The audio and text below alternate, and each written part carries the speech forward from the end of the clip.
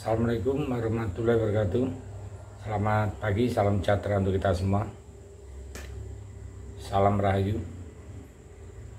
Indonesia saat ini betul-betul menancapkan kukunya di dunia internasional. Yang lebih bagus lagi, Indonesia itu mempunyai peran yang sangat aktif ya. Karena untuk berpolitikan kita akan bebas dan aktif, artinya undang-undang menyarankan seperti itu, tidak pro barat maupun pro timur. Indonesia sebagai negara yang netral tak gentar sedikit pun walaupun Amerika dan Cina memojokkan negara kita Indonesia dengan mantap dan berani memegang teguh kepentingan nasional dari pengaruh Amerika atau Cina. Nah, Cina dan Amerika menyadari jika Indonesia merupakan kunci keberhasilan mereka di Indo-Pasifik. Siapa yang bisa merangkul Indonesia maka punya dukungan yang lebih besar memenangkan pertarungan di Indo-Pasifik. Hal ini sudah diakui oleh kedua negara Amerika dan Cina. Sampai di New York Times pada 1 Februari 2023 mengabarkan Amerika Serikat dan Cina kedua-duanya berpacu untuk menjadi teman sejati Indonesia. Mantap kan? Jadi berebut ya, pengen jadi teman. Berada di seberang Laut Cina Selatan, Indonesia negara syarat sumber daya dengan ekonomi triliunan dolar yang tumbuh cepat dan populasinya terbanyak, adalah hadiah terbesar dalam pertempuran geopolitik antara Washington dan Beijing untuk mendapatkan pengaruh di Asia.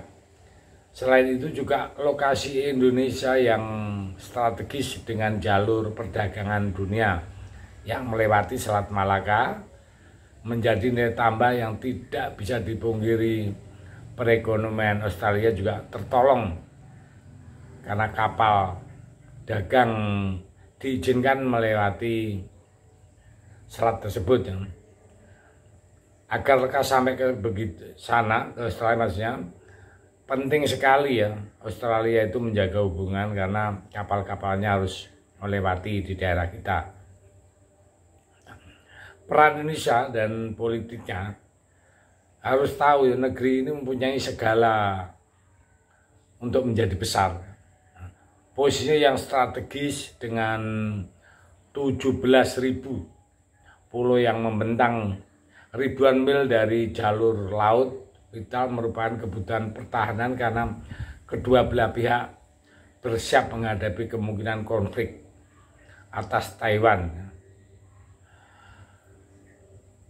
Pulau kepulauan yang bermacam-macam inilah yang sebenarnya sebagai menguntungkan Indonesia ya. Tidak gampang kita misalnya diserang dengan satu daratan aja karena kita banyak pulau-pulau. Nah, kemungkinan konflik ya dengan kasus Taiwan itu, Cina untuk saat ini nampaknya lebih unggul ya, merayu Indonesia. Cina menginvestasi ratusan triliun ke Indonesia untuk ikut menikmati perekonomian negeri ini dalam merayu Indonesia. Beijing semakin terlihat memiliki keunggulan ya, dibandingkan dengan New York. Pemberitaan New York Times itu Cina telah memberikan investasi yang cukup besar. Ini New York Times yang informasikan untuk memenangkan populasi yang ya super hebat lah di Indonesia. Indonesia menggelontorkan miliaran dolar ya, itu berjoin dengan Cina ya, untuk membangun industri-industri di dalam negeri ya.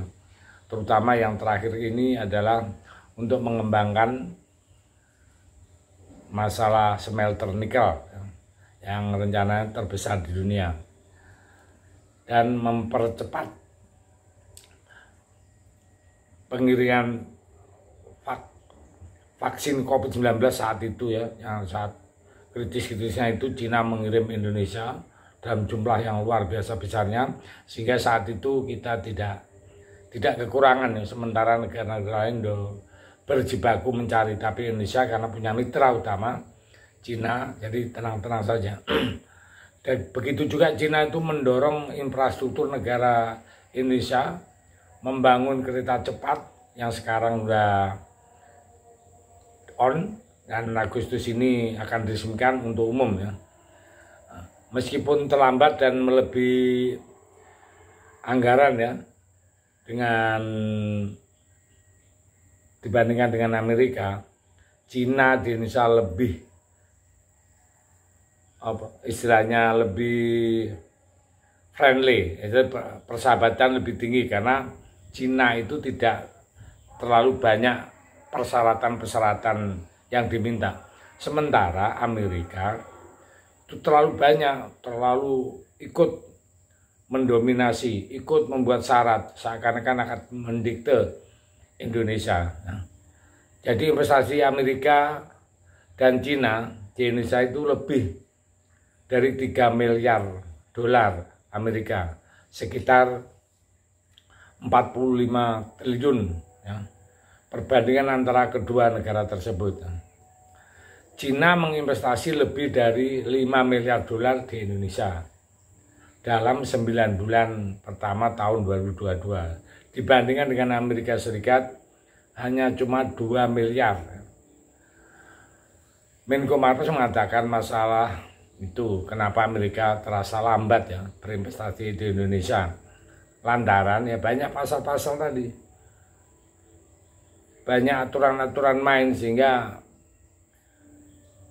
Pak Luhut mengatakan ya kalau mau join ya join saja, nggak terlalu banyak permintaan macam-macam. Jadi Indonesia sekarang udah punya prinsip yang kuat untuk menghadapi apapun yang akan dilakukan oleh Amerika. Walaupun itu sanksi pun Indonesia udah siap. Jadi kalau dulu mungkin diketak aja sudah terkencing-kencing istilahnya kan, udah ketakutan. Tapi sekarang beda, apalagi kita punya presiden yang bermental bejah, jadi luar biasa. Nah, ini nggak grogi sedikit pun.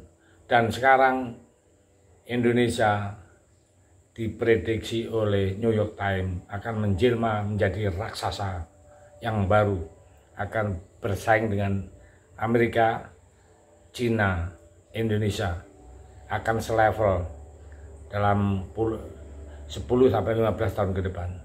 Saya pikir itu. Terima kasih. Merdeka.